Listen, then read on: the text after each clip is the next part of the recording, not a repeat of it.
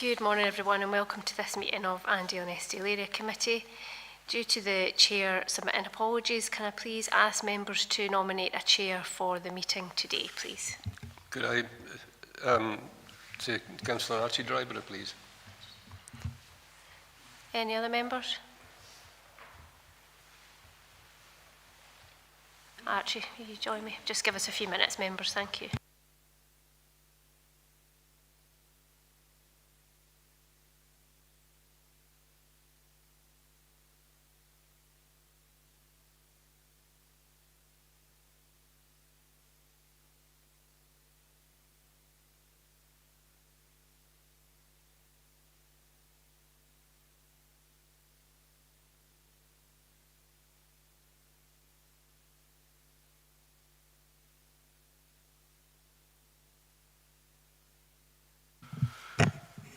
Good morning members and welcome to this meeting of the Annandale and Eskdale Area Committee, which is being live streamed and recorded.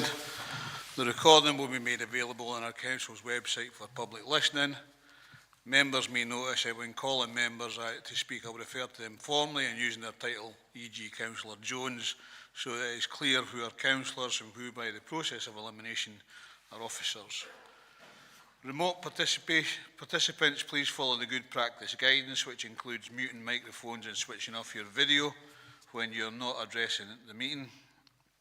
Write and speak in Teams chat function when you want to contribute. If you're in the hall, you can do this on your iPhone or iPad. Can you pass me mine across? Please do not repeat contributions already made by other members. No material should be posted in the chat function if it is intended as part of the discussion. The usual standing orders apply, including that any votes will be undertaken by roll call. If any member has to leave the meeting, please either leave the Teams meeting for that period of time or write leave in the Teams chat function and then join when you rejoin the meeting, so we can keep track on whether the meeting is quorate. All members should speak clearly and directly into the microphone when making contributions, and when referring to reports, please provide reference to the relevant page and paragraph to allow everyone to follow. Please focus contributions on areas where clarification is required or to propose an alternative to a recommendation. Similar to the process now followed at full council, when considering motions amendments which are substantive in nature, I will call a recess where necessary, so that I may seek governance advice on competency. This is good practice in governance terms and will also provide for governance to be able to collate and circulate the terms of said motion and amendment to members in order that they have the opportunity to properly review it.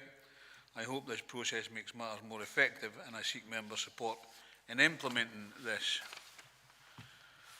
Go on to the agenda then. Number 1 is Sediment apologies and Chair's approval of members' remote participation. Tracy, can you provide the sediment indicating who is participating remotely and any apologies, please? Thank you, Chair. We've got 6 members present in total, 2 members present here in the Town Hall at Annan, being the Chair and Councillor Mail. We've got 4 members present on Microsoft Teams, being Councillor Davis, Councillor McGregor, Councillor Marshall and Councillor Wilson. Not present at the start of the meeting is Councillors Karen Crothers, Councillor Jameson and Councillor Thompson, and we had apologies from Councillor Brodie as mentioned earlier. Thank you, Chair. Okay, thank you very much, and I confirm my agreement to the participation of members named as participating remotely. We'll go to item 2 is declarations of interest. Do members have any statements of connection or declaration of interest to declare based on the definition? I've got a statement of connection, which is the last item on the thingy. I've known the applicant of those 4 things for a long, long time, good friend, but that's just a statement of connection because I don't think I'll have any bearing on the outcome of the thingy. Any other declarations of interest? No. Okay, we'll go into item 3 then, minutes of a previous meeting of 26th of August 2025. Are members happy to approve? Dennis?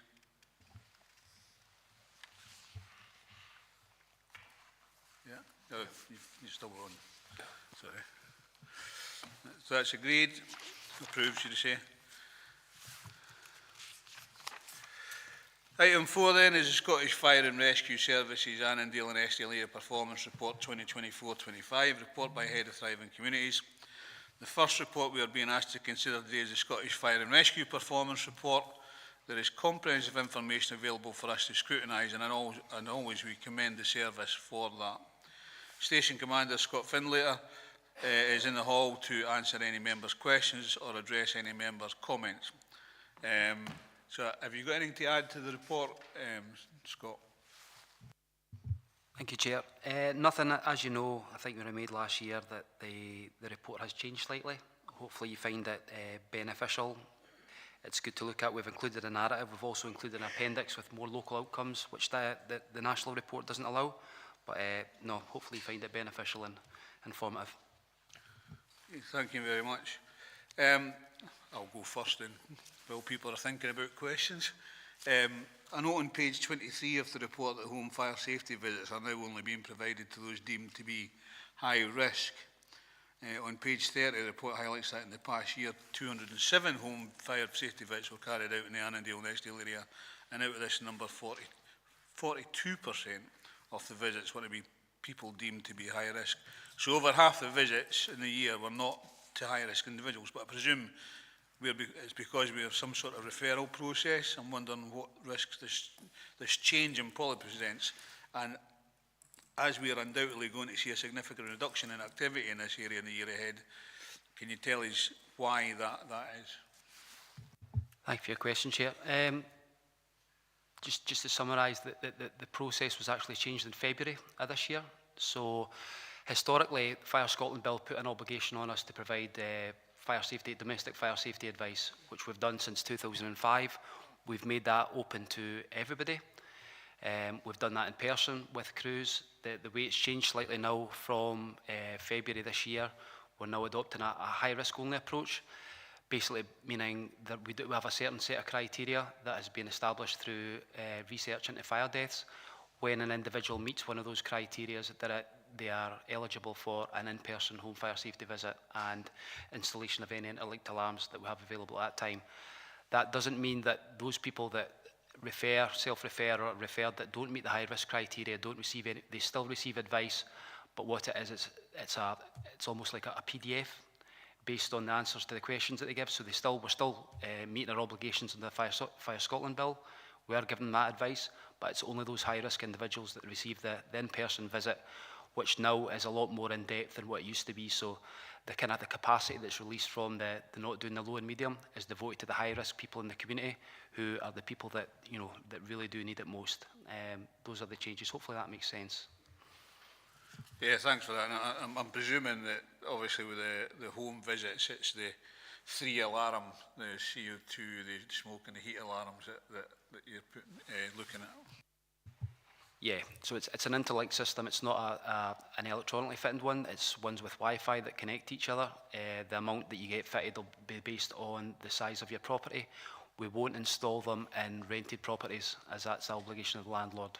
But anybody that doesn't meet the requirements, that's high risk based on the criteria, will, as long as we've got availability, be eligible for those to be fitted, which will be done at the time. Okay, thank you very much. Any other member? Any questions or comments?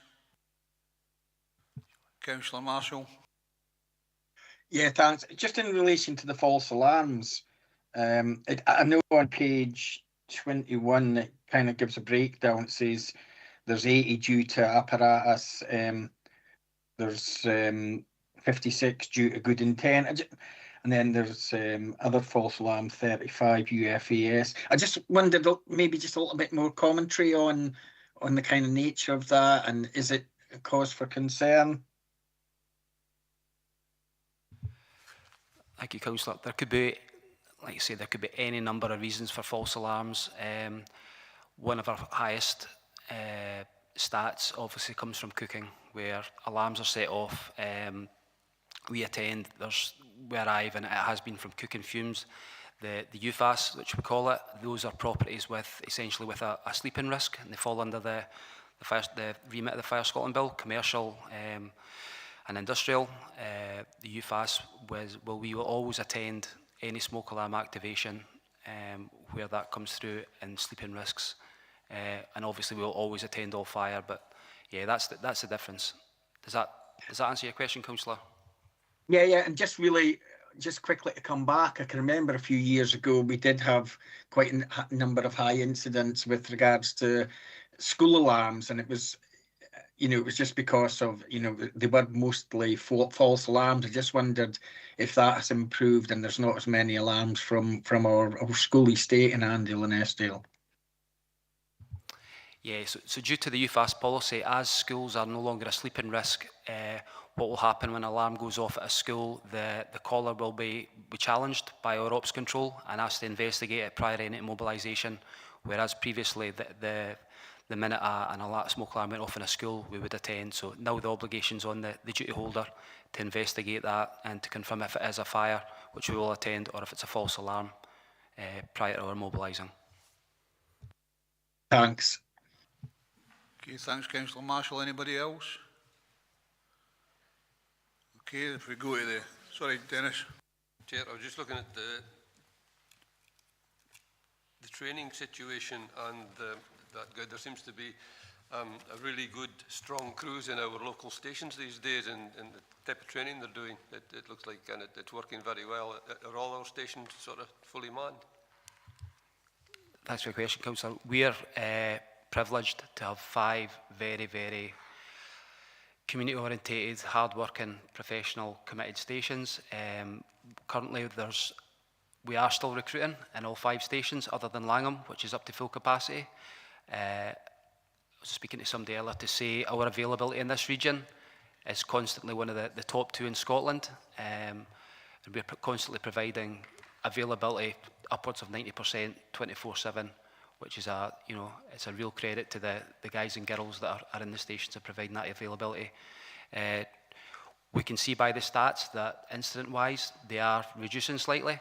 So the need to train has never been greater, and we will engage with partners and local businesses and industry to carry out training exercise on those sites to prepare for something that may happen.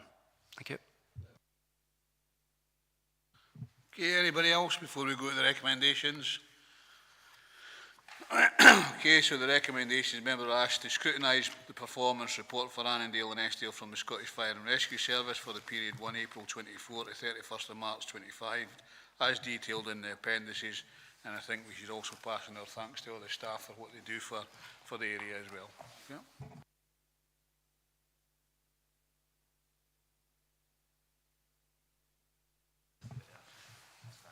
Okay, the next 4 reports are about our new approach to area committee performance monitoring.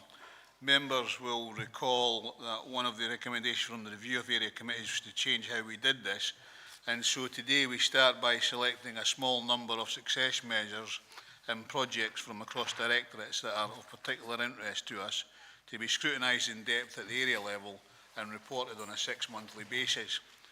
Members will note that we should be selecting issues that have relevance to our area rather than region-wide issues, and so I would encourage you to think about the matters we have particular interest in for wards 10, 11 and 12, and those marked which collect data on an area basis. In that realm then, we go to item 5, which is Education, Skills and Community Wellbeing Directorate, Area Performance report by Executive Director, Education, Skills and Community Wellbeing. This is a report of the first of our 4 director reports, whereby members are asked to agree on a small number of success measures and projects which are of particular interest to this area. The measures and projects selected will be reported on a 6-monthly basis and will offer members the opportunity to get in-depth information to scrutinise performance and progress on specific issues within the Annandale and Eskdale area. John Thin is in the chamber to answer any member questions or address any members' comments on this item. John, unless you want to add anything to the report, no. Can I now open up to members to propose which of the success measures and or projects are of particular interest and what they would like to see reported in greater detail to this area committee over the coming year. So I'll open it to members first, because I've got some. John, when you look at page 45, it's the 5S which is percentage of P1, P4 and P7 children combined achieving the CAV level relevant to their stage in numeracy, highest 20%. I would like to see that as something that we, you know, open up on a bit more further. 12S on the same page, and I'm going to open up the members obviously to add or suggest otherwise. The proportion of 16 to 19-year-olds participating in education, employment or training based on the annual participation measure produced by Skills Development Scotland in Quintile 1. On page 46, and I've always supported young people doing volunteers, so 26 TC, number of volunteers supporting youth work and lifelong learning activities, and 28 TC, percentage of young people and adults who report an improvement in their confidence, skill, individual, family, community or working life following participation in youth work. And the last one, which I think 44 and 45 TC are very similar anyway, but the number of 45 TC is the number of attendance for indoor sports and leisure facilities, but could you also add in swimming pools into that as well?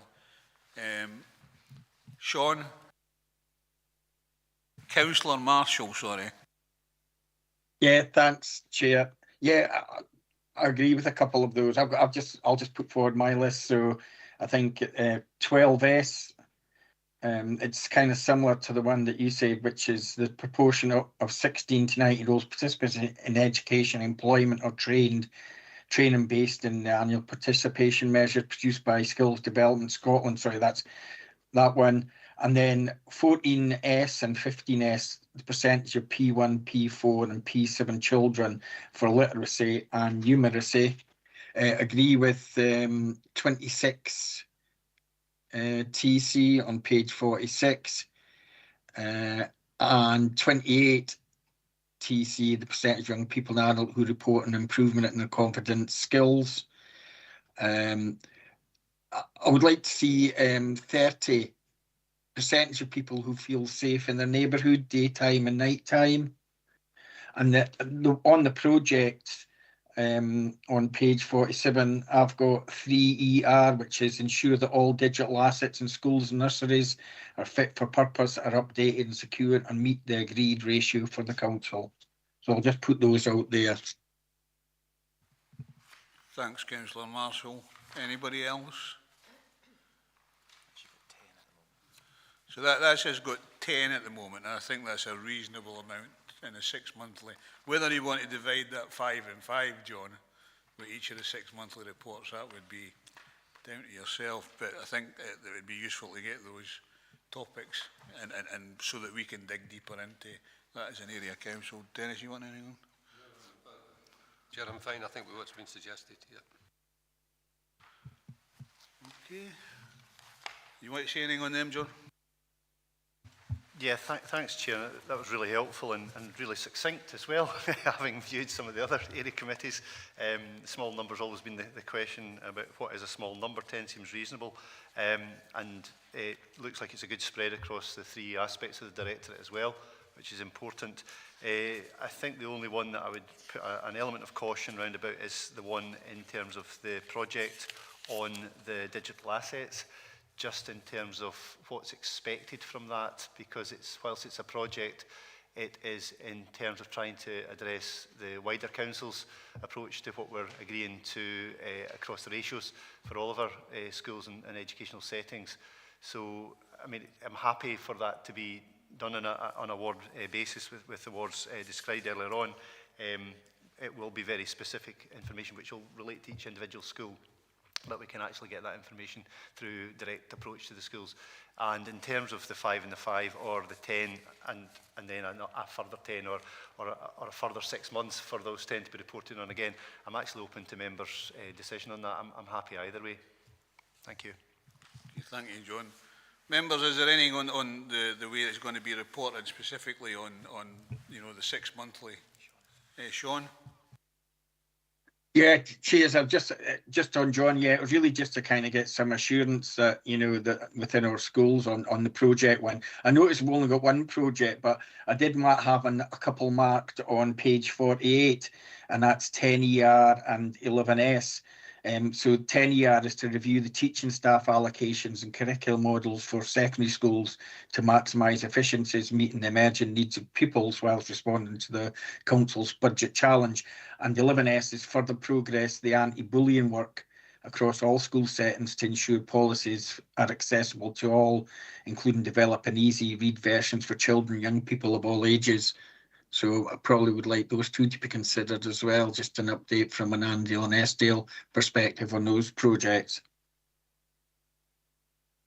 Yeah, thanks, Councillor Marshall. And I think, again, I've absolutely no problem with bringing updates back to this committee through a paper. I think what would be more difficult would be to provide any particular statistics or information in terms of data, but we can certainly provide an update to the committee through those strategic projects and the impact in particular that those projects are having in Annandale and Eskdale. So I'd be happy to do that. Thank you.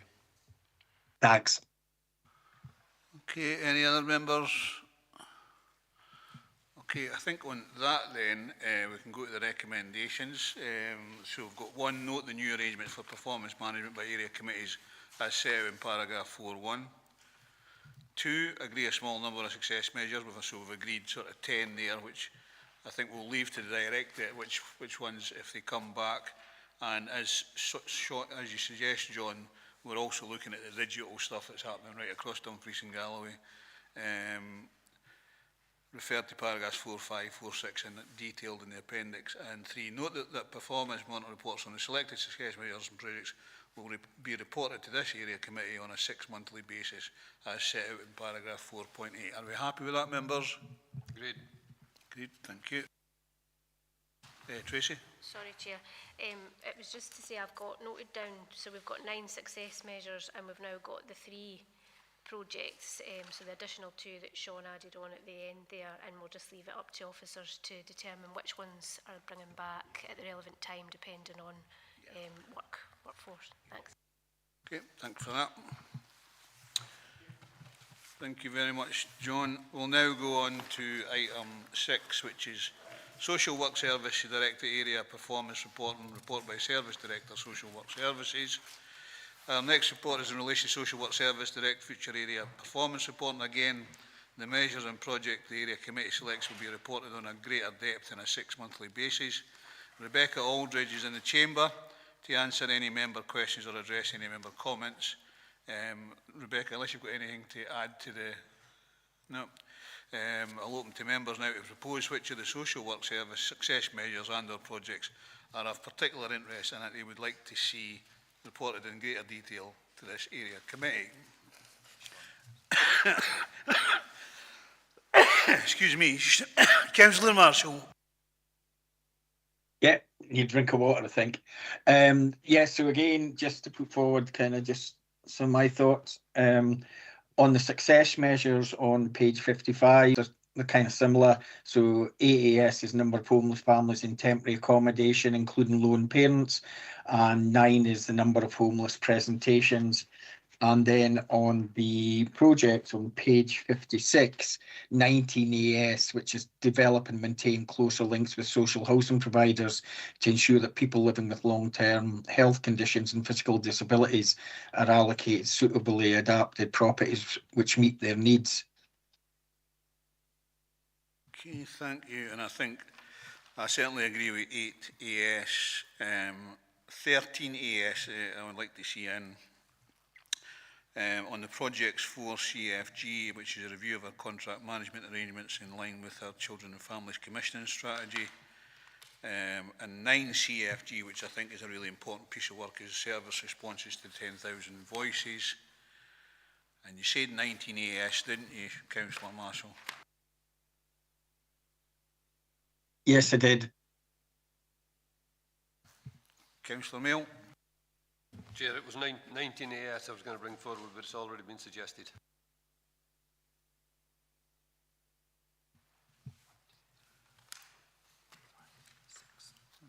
Okay, Rebecca, do you want to respond to that? Yeah, many thanks for those suggestions. I think that some of them have already been requested via different committees, so that's useful. But yeah, that's absolutely no problem. We'll make arrangements to get those to you. Okay, anything to say, Tracy? So we've got 3 success measures and 3 projects. Again, are you just leaving it to the director to bring them back when they're ready for area committee to discuss? Thank you very much. Okay, members, we'll move to the recommendations. So you'll note the new arrangements for performance management of area committees as set out in paragraph 4.1. We've agreed a small number of success measures and projects from the Social Work Service Director's reference in paragraph 4.5, 4.6, as detailed in the appendix. And 3, note that the performance monitoring reports on the selected success measures and projects will be reported to this area committee on a 6-monthly basis as set out in paragraph 4.8. Happy with that?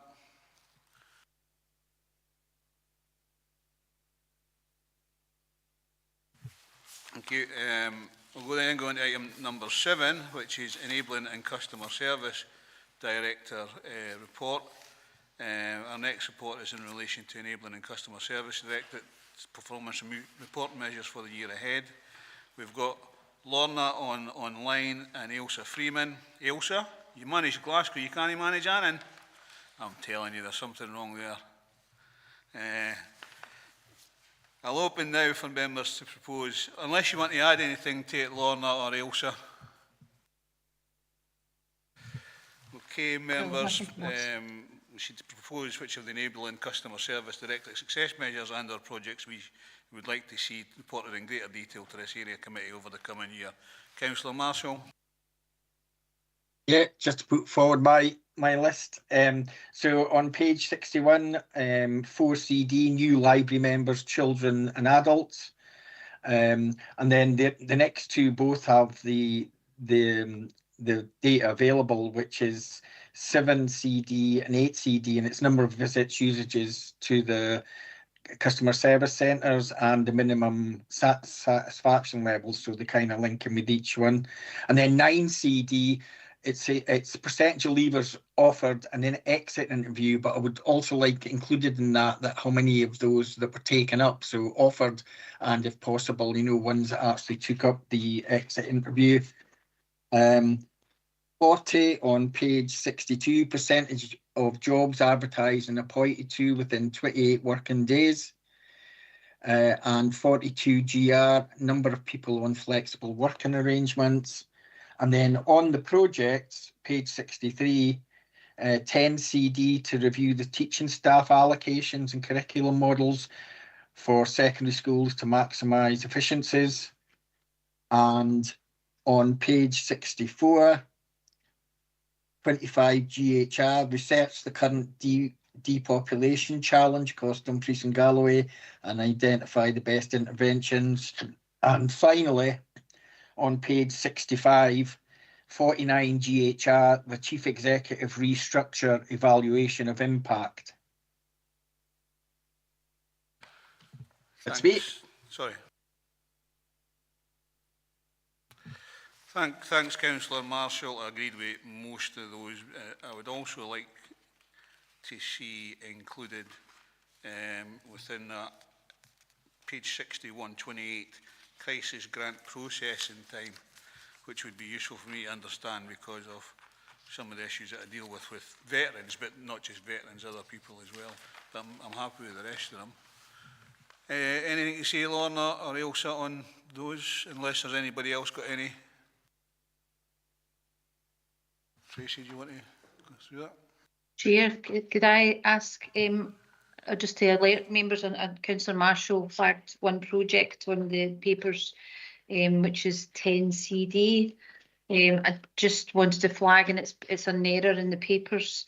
That is a project that actually sits within the education, skills and community wellbeing. It's been added here as an extra an error, but it's actually a project that relates to the other directorate. So it's not something we would bring forward, but it might be something that members want to bring forward through colleagues from education, skills and community wellbeing. I wonder if I can come in here, Sean, and maybe ask Tracy to write to John Thin on that particular thing, because we never did it with his particular one. Sean, would that be all right if we asked education? Yeah, and I thought I maybe kind of covered it under the education, but and I did wonder why it was on this list. Yeah, thanks, Chair. I can certainly capture it in the minute under this item, but flag it up separately with education. Thanks.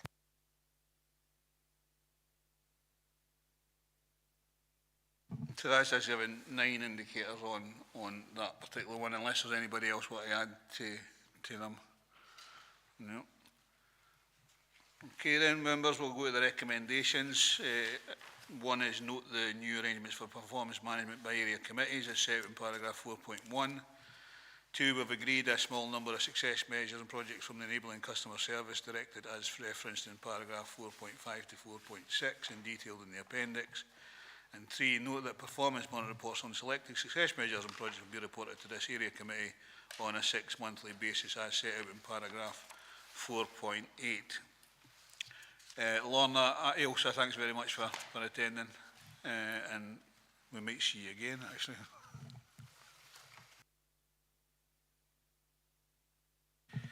We now go on to item 8, as our final directorate that we will consider this morning for future area performance reporting from Economy Infrastructure Directorate.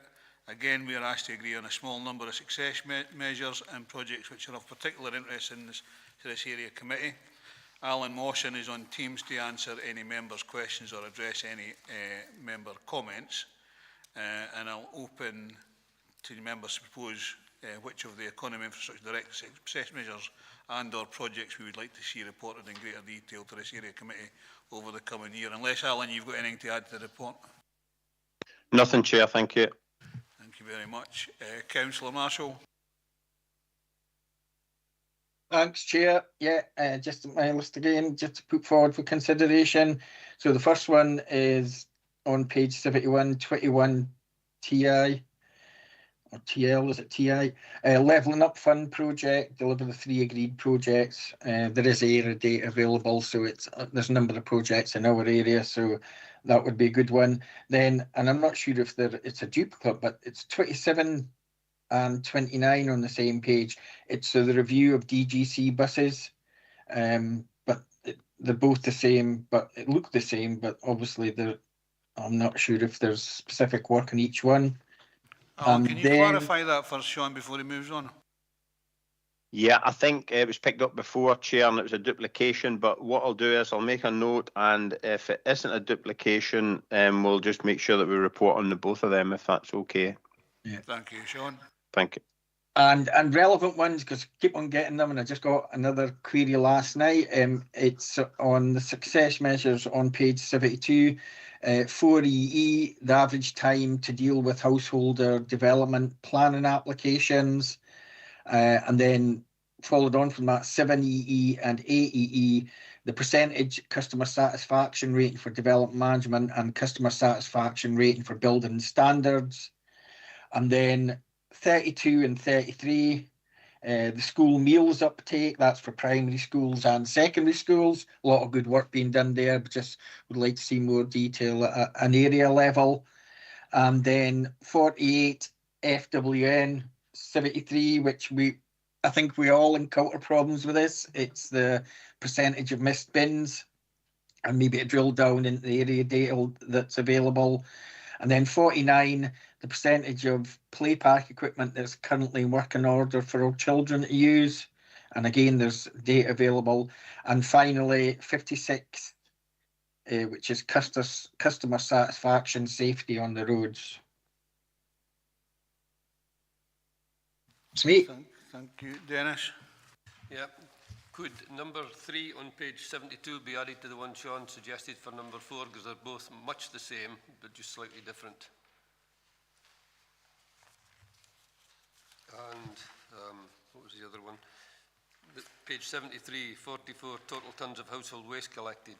Could that one be added in as well, please? Okay.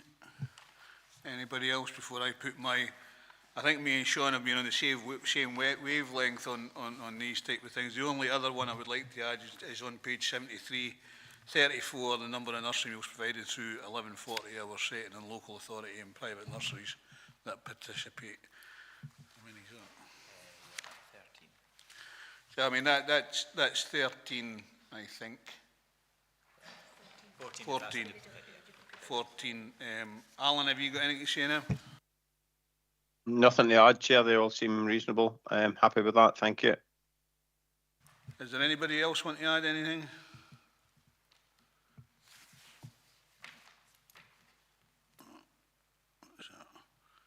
Gail, okay. Gail needs to leave for 10 minutes. Okay, thanks, Gail. Right, members, if there is nothing else, we'll move to the recommendations. One is note the new arrangement for performance management by area committees as set with paragraph 4.1. 2 is agree a small number of success measures and projects from the Economy and Infrastructure Directorate as referenced in paragraphs 4.5 to 4.6 and detailed in the appendix. And 3, note that performance monitoring reports on selected success measures and projects will be reported to this area committee on a 6-monthly basis as is set in paragraph 4.8. You got anything to add to that, Tracy? No, thanks, Chair. I've got the 3 projects and the 11 success measures noted. Thanks.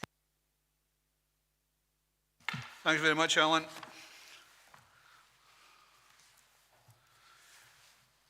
Okay, members, we'll now go on to item 9, which is the development of the Regional Parking Strategy Delivery Plan. Annandale and Eskdale, report by Interim Assistant Director Transport and Infrastructure.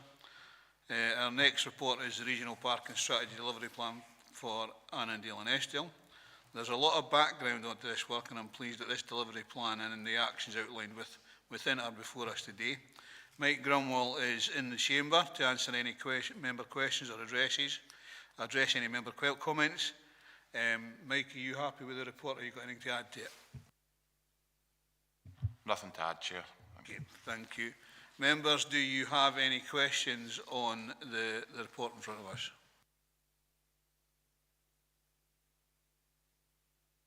Councillor Marshall.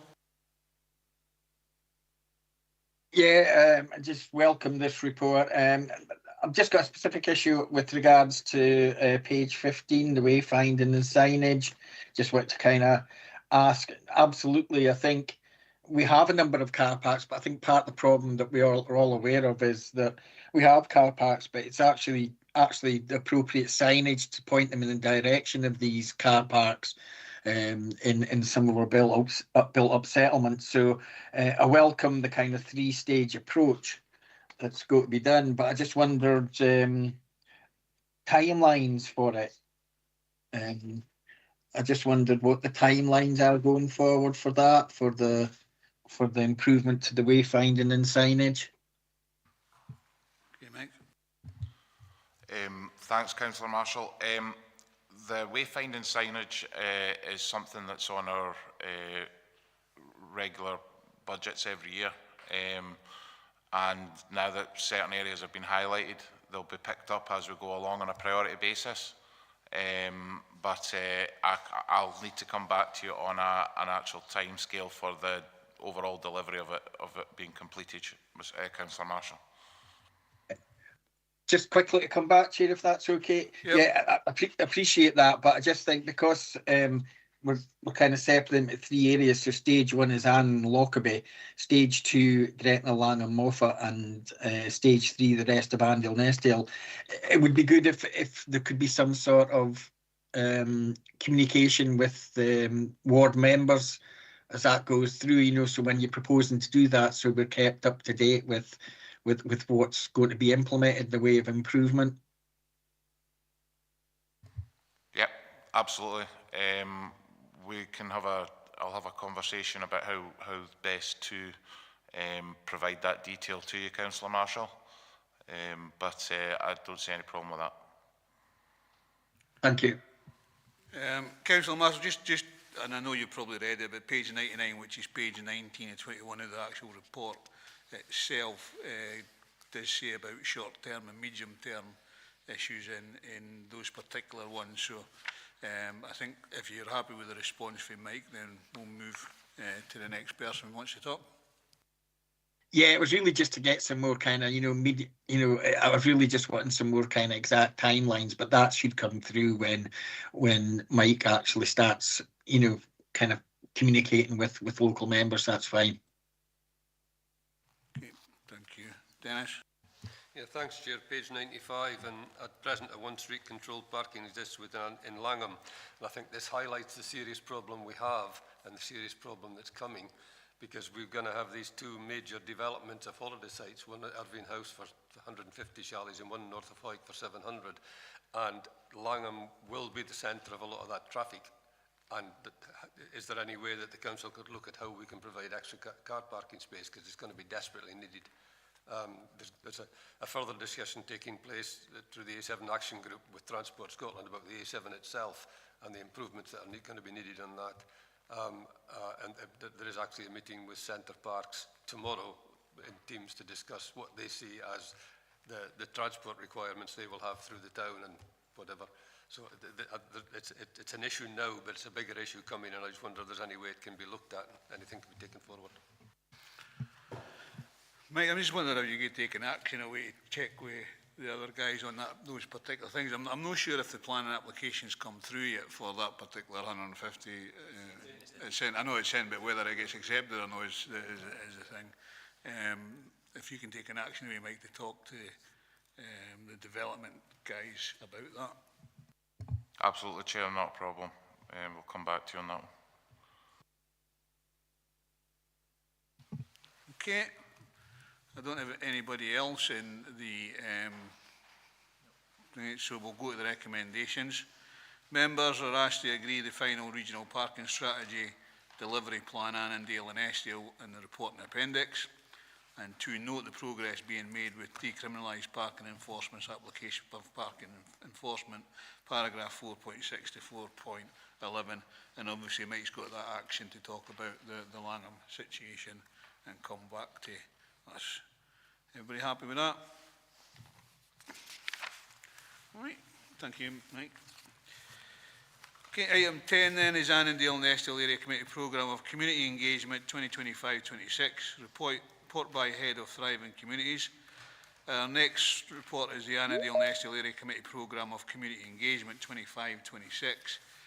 This approach is an outcome of the review of area committees and is a positive development which will allow us collectively to hear from the people we serve in a different way, complementing our individual arrangements and council-wide engagement activities. Members will note at 4.6 of the report there are suggestions on topics and potential stakeholders we may wish to consider for Annandale and Eskdale. And Kirsty Peeden is in the hall to answer any members' questions or address any members' comments in relation to this report. Unless you've got anything to add to it, Kirsty? Thanks, Chair. Nothing to add. Okay, thank you. I'll open up to the floor then for members for their suggestions on what community engagement activity in our area could potentially benefit from undertaking in this year ahead. Can I start off by saying thanks very much for the report. I think we needed to have a look at this. And I think one of the areas where I'd like to see if potentially we can get more attendance is at ward level with community councils from elected members. I know that in the last year I've had difficulty getting because of the driving situation, but there are elected members who may have a lot of community councils in their area, and there's some who've only got one or none. So I think it'd be important to have a look at that, for instance. But the Federation of Community Councils in Annandale and Eskdale, perhaps once a year we get them to come in here or someplace that's mutually agreeable to everybody to go and visit, because I know that they would like to see more councillors, but we've got 9 in our area, and do we want to hear the same thing from a group of people? So I think that's one area where I would like to see a change. And the other one is there a potential to have a joint meeting between the youth councillors of Annandale and Eskdale and the members of Annandale and Eskdale Area Committee?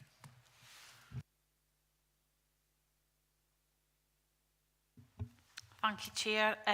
Just on Saturday, your Annandale and Eskdale Federation of Community Councils was indeed presenting the good practice that you have in this area in terms of the fact that you've got a federation and that they do work together and share information and ideas. So I think the theme of going around and supporting the federation that exists would certainly seem to fit within what you're suggesting as priorities and hopefully what the federation would see as a priority also. And with regards to your suggestion of a youth council joint meeting at an area level, obviously we've got good practice of that happening across the region at full council level, so I see no reason why we couldn't replicate something very similar at an area level. And I know that Wigton Area Committee also looked at young people as one of the themes that they picked up, so that's not uncommon. Anyone else? Dennis? Yeah, thanks, Chair.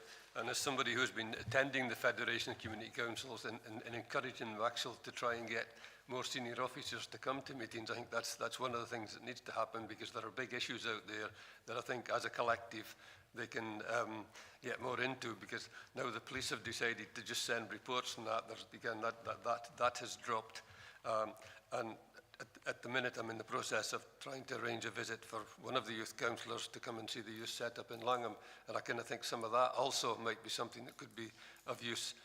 And I've always believed that the area committee should just occasionally move around the area and pick up on some of the projects and that are out there as part of a meeting. So I mean, that's something I would like to see happen. So we get an idea of what is happening in all our communities, and when it comes to the table, then we know what we're talking about, and that's something that doesn't happen these days. Just something that came to mind when Dennis was talking about there is, we're not talking about formal meetings, we're talking about informal get-together, so that we can, the places that we talk are safe places. We don't want things getting out into the paper, if we disagree, for instance, with community councils. Not that we disagree an awful lot with them, but when you do disagree with them, it usually ends up being a fight in the local rags and things like that. Chair, through you, yes. I mean, these are opportunities for you as area committee councillors to have a conversation out with the formal setting of an area committee meeting. So the location absolutely can be anywhere within, Annandale and Eskdale, and we can rotate that if that's what members wish, but it is out with the formal area committee setting, and it is much more informal, although of course, as we point out in the report, a note will be taken, and so there will be a record of the conversation or outcomes that happen. Any other member? No, so I think we'll go to the recommendations then. One is no options and suggestions for an annual community engagement programme for Annandale Eskdale area committees as detailed in paragraph 4.6. 2, agree a proposed programme of 3 or 4 in-person community engagement sessions for Annandale and Eskdale area committee each year as detailed in paragraph 4.6. And 3 is agree stakeholders, area of work or topics for 3 or 4 in-person community engagement sessions as detailed in paragraph 4.6. Just before we move on, would it be possible to have, again, an informal meeting with the elected members, just to see if there are any particular, project or whatever going on that we can get involved informally with those that are in charge of the project, just to get maybe start off with 3, but then go on to 4 meetings a year. Thanks, Chair. And this is a new approach, obviously, following the review of area committees. So we are responding to feedback from yourselves, from members from area committees across the region. And yes, I think you've identified 2 clear themes there, suggested alternative locations. Very happy to start on that basis and to work with the area committee members in terms of how we refine that and improve that as we go. Thank you very much. Tracy, you happy with that? Okay, members. Councillor Marshall. Yeah, just one I was just thinking about there, and it was kind of, and I know it kind of a lot of it stopped with COVID, but one may be to kind of meet with the Annandale and Eskdale Sports and Leisure team to hear, to get a presentation on what's being done. We used to do lots of things, and I'm sure there's lots of things still being done in the region, but we used to get them reported on a regular basis to this committee. So that might be one as well that we could think of, just to see, what's being done from a sports and leisure perspective in Annandale and Eskdale. Is that the staff or the community groups or both? I think it would mainly be with the staff, but then also maybe some of the groups that are involved or something like that. It's just an idea that I've just kind of thought about at the moment. So, but we used to get, used to be some fantastic work being done. So, and it's just after COVID, it kind of went quiet. We used to have the sports awards, etc. So it's really just an idea at the moment. So it's something that could be further developed. Okay, if members are happy with that. Sorry, do you want to come back? Chair, yeah, just to come back to Councillor Marshall's point, if it's looking around the theme of sport and leisure, then yes, we can either look at, your local groups and community organisations that might enjoy an opportunity to raise the profile of what they do and advise councillors at an area level. And also if you've got sports grants, I don't know if that's right. So those that perhaps benefit from sports grants, that might be also an opportunity for you to hear back about how those have been used within the area. Okay, happy with that, Councillor Marshall? Yeah, thanks. So the recommendations is 1 to note, 2 to agree, and 3 agree stakeholders, and we've added the sports side of things into the ones that were mentioned before. Okay. We'll now go on to item 11, Annandale and Eskdale Area Committee Tackling Poverty and Inequalities Fund Allocations 2025-26. This report outlines the process agreed by this committee in May, including the priority focus for this fund, the criteria for applicants and the scoring framework for assessment. I'd like to place on record our thanks to the scoring panel for undertaking assessments on our behalf and presenting recommendations based on our agreed criteria for member consideration today. As detailed within the report, the budget available for allocation is £42,426 and we are being asked to consider the grant recommendations. Jamie Nicholson is in the hall to assist with any member queries. First of all, Jamie, have you got anything to add to the report? Nothing to add to the report, Chair. Okay, so then shall we go through this, and do members have any questions for Jamie before we go through the scoring? Dennis, will you? No. Okay, let's go on to the appendix then. At page 113. Oh, sorry. They're listed on page 108. They're listed on page 108 in order, which saves us going through all the... Okay. So, reference, the first one is New Start Recycle. They had a score of 83.4 and the recommended award, percentage-wise, was 100%. So they've been agreed to £7,500. Everybody happy with that? First Base Agency, they got a score of 78.6, which is 75% of the application, which is 5,625. Everybody happy with that? Agreed. The Moffat Town Hall Development, which is scored at 73, and they're suggesting £5,250. Everybody happy with that? Agreed. The Upper Eskdale Development. Oh, sorry, Sean. Yeah, thanks. No, it's not got a problem with it, but I've just made a general observation with regards to this one and a couple others that I've got to follow, and it's really just on when it comes to the criteria for match funding. So this one, 86% of the project cost is coming from this fund, and I think the next two are quite similar. And it's just when you look further down on one that's not getting an ATI, which is it's only 10% of the funding, but it's not getting anything. So it's just really the way that I think if you've got evidence to confirm match funding, is it they just automatically, if it's £500 and the project's 10,000, you automatically get 10 points, or is it weighted based on the percentage? Because I think some projects are missing out, whereas you know, the bulk of the funding is coming from elsewhere, but they're not getting anything, whereas there's 2 or 3 projects in here that's taken up about half of the funding, and, you know, they're kind of more or less solely reliant on getting most of the funding from this fund. Jamie? Thank you, Chair. For instance, Councillor Marshall's with regards to the March funding and the ATI, or the Upper Annandale Community Transport Services, if you note in the narrative that actually none of the March funding that they've identified is confirmed in there, and they actually do have a £4,000 shortfall, so that's where they are reduced in their award, or the score that's given against their March funding.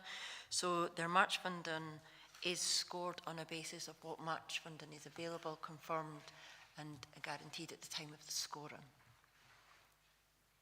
Yeah, just to quickly come back, I did notice that, and you acknowledge the fact that they're waiting on a number of large grants that are going to come in, and it's just, I know it's based on the timing of when these are determined, but you know, I don't know whether or not the likelihood is to get most of the funding would come in. And that would leave them with a shortfall that they would hope that would actually come from this committee. But it's more kind of general comment on the amount of money that's being requested from 2 or 3 that have scored above them, where, you know, basically they're relying on over 80% of the funding to come from this fund. I'll ask Stuart Hamilton to come in on this. Yeah, happy to help, Chair, in terms of the evidence of match funding. So I think that the point is in terms of the weighting of the scoring. So the evidence of match is out of 10, and the intervention rate is out of 5, and the level of contribution or intervention from this committee, the higher the intervention that's requested, the less of a score that is automatically given to the application. That's like an automatic thing. It's a calculation, and equally the evidence of match. So it's a similar thing. So the more money that they ask for from this committee, in terms of the overall budget, the less score that they'll get. The lesser the intervention rate that they request from this committee, the higher they'll score, if that makes sense. So you'll get more of where you get more impact for your money, you'll essentially get more of a score in those two elements. So it is weighted, the scoring framework that was approved by the committee. You happy with that? Yeah, that kind of explains it. So there is, based on the intervention, so Stuart's kind of explained that, yeah, that is factored in, which was what I was looking for. Yeah, fine, thanks. Okay, thank you. We'll then go on to D&G Women's Network, scored at 66.8, and they've been awarded 3,375 at 75%. Everyone happy with that? We've got the Canopy Over 60s Club, again the score of 66.8, and they've been awarded £3,561.75. Everybody happy with that? We've then got the Upper Eskdale Development Trust at 64.60 being scored at 75%, and that's £4,074.75. Everybody happy with that? Then we've got Propagate Scotland, again they've been scored at 64.6 and £4,611.75 at 75%. And then D&G Handyvan, they've scored 58.60 and they've been given £937.50 at 75%. Everybody happy with that? And then DG Voice, they've scored at 56.6 and they've been given £1,865.25, which is the remaining balance of the funds. And then all others have been given nil award because of insufficient funds or are ineligible. Members happy with all of those? I don't see anything. So, sorry, Councillor Marshall. Yeah, just on the ATI one as well, I just noticed that they are putting in together, you know, I know the project is total cost of the project is 76,000, but they have confirmed this. There is a small amount confirmed of £193, but I noticed the scoring for match funding is 0. So I just wondered, is it because it's such a small amount in comparison to the overall total cost of the project? Okay, Jamie? Yes, I can confirm that's the case. Thank you. Okay, members, we can go to the recommendations then. Okay, thank you. Move on to item 12. Strategic Housing Investment Plan, Langham, report by Interim Head of Economy. Our next report is in relation to Strategic Housing Investment Plan project at Murton Farm, Langham.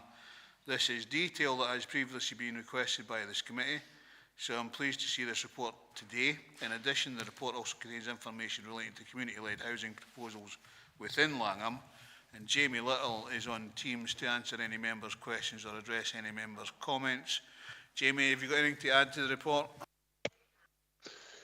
Good morning, members. Just to say that since drafting the report, I found out that 2 of the projects at 4.3.3 are not going to progress, unfortunately, at this time. That's 2 of the Stevenson Trust projects.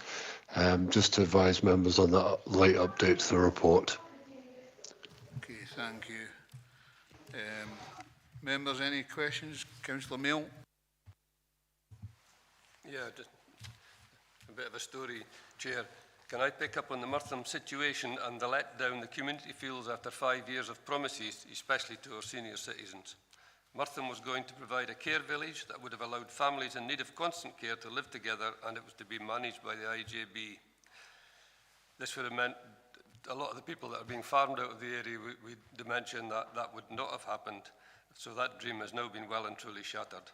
Langham has no elderly care facilities apart from the Thomas Hope Hospital, which is supposed to be a step-down facility for people returning home from hospital, but provides so much more due to the lack of proper housing.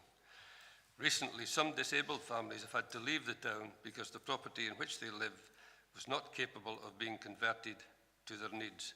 Having lived in Langham all their lives, this has been heart-wrenching for them. I have also been approached by other families worried about one of their members and their needs as disability grows.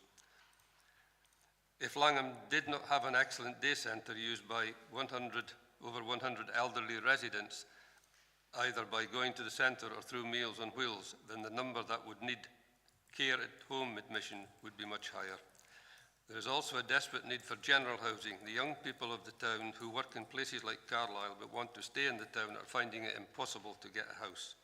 This results in them reluctantly having to leave the community and seek housing closer to their work. No housing company has built houses in the town for at least 30 years. So what does Langham have to do to be seen as a priority? Chair, further on the agenda, the SHIP programme mentioned, and they lay out true state of situation in the town. It is either a trust which now is not going to do it, or local organisations that are looking to try and add to the housing stock. I need to ask for the information on the 3 of these changes. Jamie's already did that one. The one by the Langham Alliance is going to be affordable housing and not what it says. So could that be changed as well, please? Instead, the old mill is rotten with asbestos and will have to be flattened first, so the timescale is not clear at the moment. I would suggest to the area committee that the Langham communities have been ignored for too long and that real needs to happen before it is too late. It is almost time to lock the door and throw the key away. And I mean, it is, but with what we've got coming with the holiday developments round about, the need for housing is going to grow even more because we know there will be jobs involved. And at the minute, there is nothing there, certainly for the young to live, and there's nothing there suitable for our elderly to move into, so there are houses to be spare. So we really need serious help from the council and anybody else that can do it. Jamie, do you want to come back on that? Yeah, thanks, Chair. Thanks, Councillor Mail. And just in terms of the Langham Alliance project referred to as social rent, that's the classification used in the Affordable Housing Supply Programme, but we can certainly update that in terms of any further reports we produce. And Councillor Mail is highlighting a number of problems that we've discussed previously, and they are incredibly frustrating. We certainly sense that from the local community within Langham. The position with Lawburn, as we all know, is frustrating, and we are continuing to work with them to try and see if there is anything we can do to assist the people of Langham further. They are currently undertaking an options appraisal for the site at Martin Farm so that they can provide a bit more clarity to the community and to elected members. And Councillor Mayo, obviously we're keen to try and facilitate further discussions with Lawburn and yourself as the local representative and any other members. So that's something we will take on board as well. Every effort is being made to try and make sure that we can provide the housing for the people of Langham that is needed. Those challenges and frustrations that you've communicated there are known and understood, and we will continue to progress this work in the way that we can as a council, particularly working with the local community to try and assist with meeting some of those needs. But at the moment, unfortunately, the project at Merton Farm is on pause. It isn't progressing at this stage, and we would hope to be able to give members the outcome from the Lawburn's options appraisal at the earliest opportunity. Thanks for that, Jamie. And I think the Lawburn one is one we need an absolute answer for, because if that can then be developed on one of the other two sites that are possible that are in the private sector, then that would help. But we need to know exactly what Lawburn's doing. My understanding is they now own that site. So they have a problem there in the fact if they own it, then it's a big problem. Thanks, thanks, Chair. Thanks, Councillor Mill. So in terms of ownership of the site, they own a significant portion of what's allocated in the local development plan at Martin Farm. So yes, there is a significant challenge. They have also invested in the infrastructure there. So the part of their options appraisal will be to understand whether or not that investment is significant enough to allow them to move forward, or whether or not they should really be reverting to another plan for Langham and supporting the local community, recognising the commitments that they have made as an organisation, which is something they understand and they are mindful of. But at the moment, as you've said, Councillor Mail, we need to get absolute clarity around what's happening at Martin Farm, and I am seeking regular updates regarding this options appraisal for the site. Thanks, Jamie. Thanks, Chair. Okay, thank you very much, and welcome, Councillor Jamieson. I see that you're late in joining from a doctor's appointment. That's fine. Any other members want to talk on this particular one? Jamie, for myself, I think it would be appropriate for myself and Councillor Mail to meet with yourself and others for Lawburn or any other place that would be willing to talk about building in the Langham area, probably in the next, couple of months or something like that. Yes, Chair, no problem. What I'll do is I'll get back in contact with Lawburn and we'll look to facilitate a meeting with yourself and with Councillor Mail. And if there's other members that want to be part of that meeting, if you can just advise Stuart, I'm sure we'll be able to pick up some details and advise me following the committee. There is Councillor Karen Carruthers as well, but she hardly turns up. So. Yep, I think also I've just sent Jamie an email that says one of the people that owns properties in Langham would like to put together a meeting that would involve probably 2 or 3 of the local organisations that may be going to develop houses, and it could be, Chair, that we could be also part of that meeting. Okay, I'm happy to sort that out. Okay, no other members, so we'll move to the recommendations. Members are asked to note the update regarding the Strategic Housing Improvement Plan project at Merton Farm, Langham, as detailed at section 4.3, and 2, the update regarding community-led housing proposals within the Langham as detailed at section 4.4. And there's a couple of actions there, Tracy.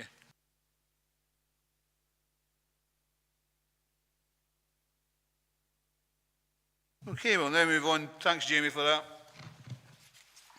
We'll now move on to item 13.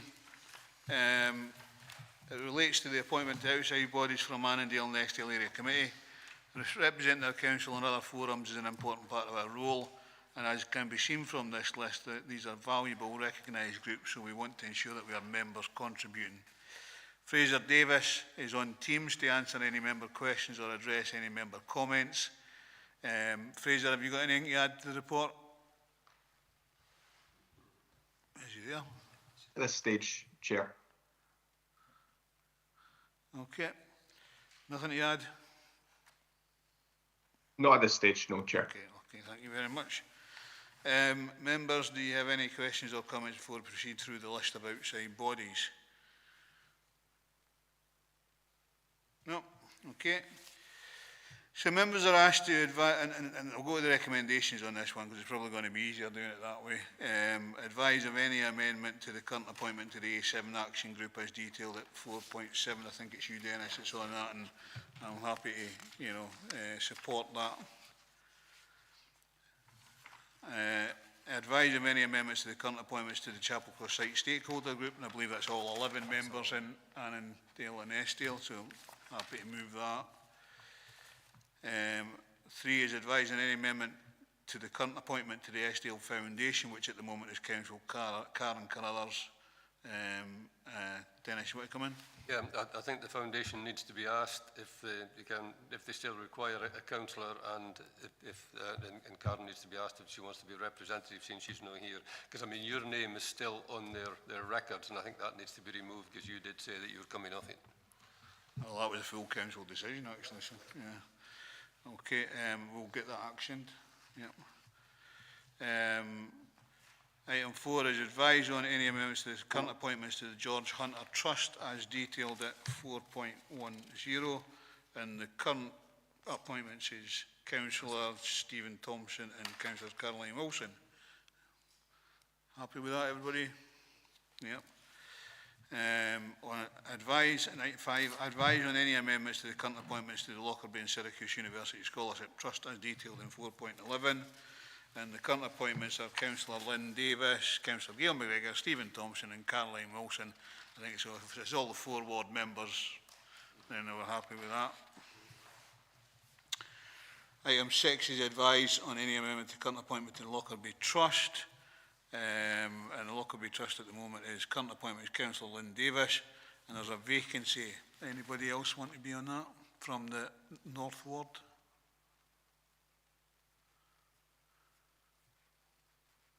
Okay, so we'll leave that as a vacancy at the moment. And then item 7 is the advise of any amendments to the current appointments to Samuel Elliott Bequest as detailed in 4.13. The current appointments are Councillor Lynn Davis, Councillor Gail McGregor and Councillor Caroline Wilson. And if everybody's happy with that, it'll stay the same. 4.14 is the Dumfriesshire Educational Trust. The current appointees are Councillor Lynn Davis and Councillor Gail McGregor. Are we happy to keep them as is?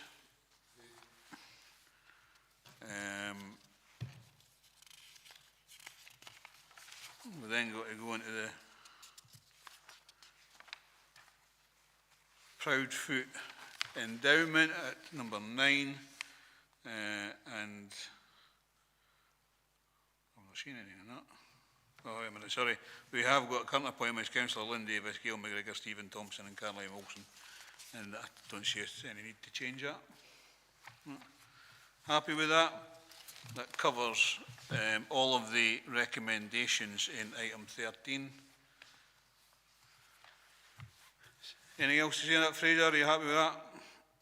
Nope, quite happy with that, Chair. Thank you. There is just one other thing which I've mentioned to both Stuart and Tracy, in that there is one in Annandale and Annandale East and Eskdale ward, which is the Burnbeck Wind Farm, which is actually in Cumbria, but our 4 community councils benefit from it. So they have a councillor from Cumberland and a councillor from Annandale East and Eskdale ward on that. So just to make sure that will be up at one of the future meetings for outside bodies. All right. Okay, thank you. Right. We'll go on to item 14, which is Land at Newton Road, and report by Interim Assistant Director Transport. This report asks the area committee to identify any other organisation and groups to consult with over and above Annan Community Council before our council proceeds with the disposal of the parcel of land in Newton Road, Annan. Colin Freeman is on Teams to answer any members' questions or address any members' comments. So members, do you have any suggestions or groups for Colin to add in? Unless you want to add anything to the report, Colin. Morning, Chair. Nothing further to add. Happy to go to any questions. Okay, members, and I'm presuming this will be the Annandale South Ward members.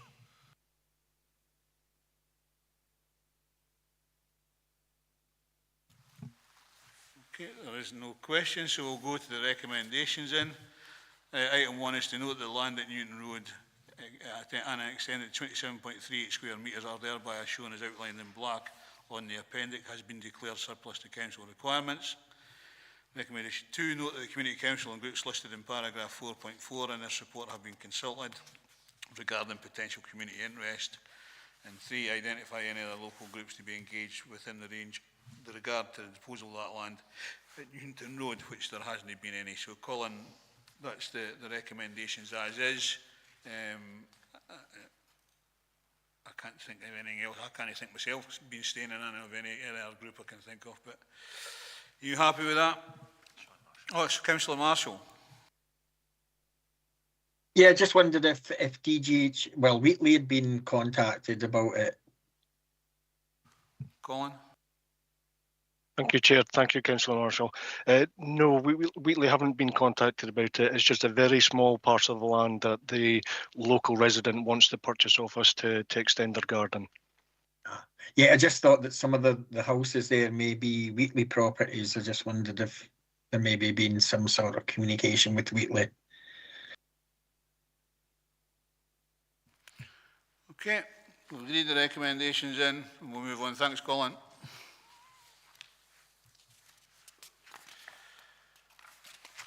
Ooh. Item 15 then is disposal of land at Rigfoot Cottages, Waterbeck. Our next report asks if we can identify any other organisations group to consult with prior to disposal of the land at Rigfoot Cottages, Waterbeck.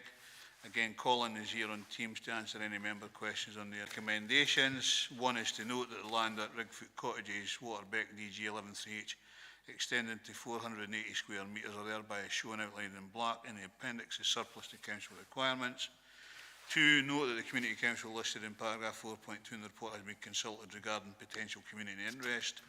And 3, advise if there are any other community groups that members wish to officers to consult with regarding potential community interest. And as we say, we can't think of anybody else in that particular area. It was mentioned at the last community council, and there was sort of no interest in it. Okay, that's fine, thank you. Okay, that's it then, Colin. Thank you very much for your... Thank you, Chair. Thank you. Members, I will then go on to item 16, which is the final report for today, is asking that we agree Rosebank Garden as a preferred name for the new development consisting of 3 houses in Gretna. Graham Cook is online, but I think. Yeah, I'm here. I just, for some reason, can't get the picture to work. Sorry. Just take the background off. Sorry.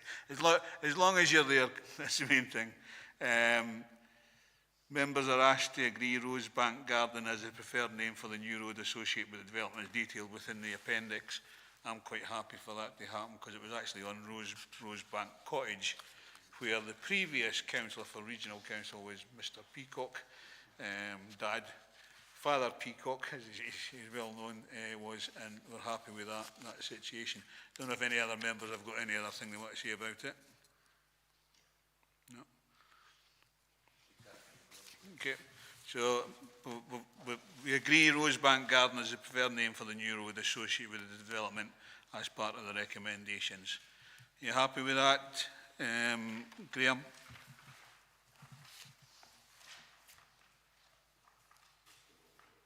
Yes. Thank you, Chair. Thank you very much. Members, I have no urgent business, so that concludes the meeting. Can I thank you all for your contributions today, and we'll see you at one of the other committee meetings in the next week or so. Planning tomorrow, folks.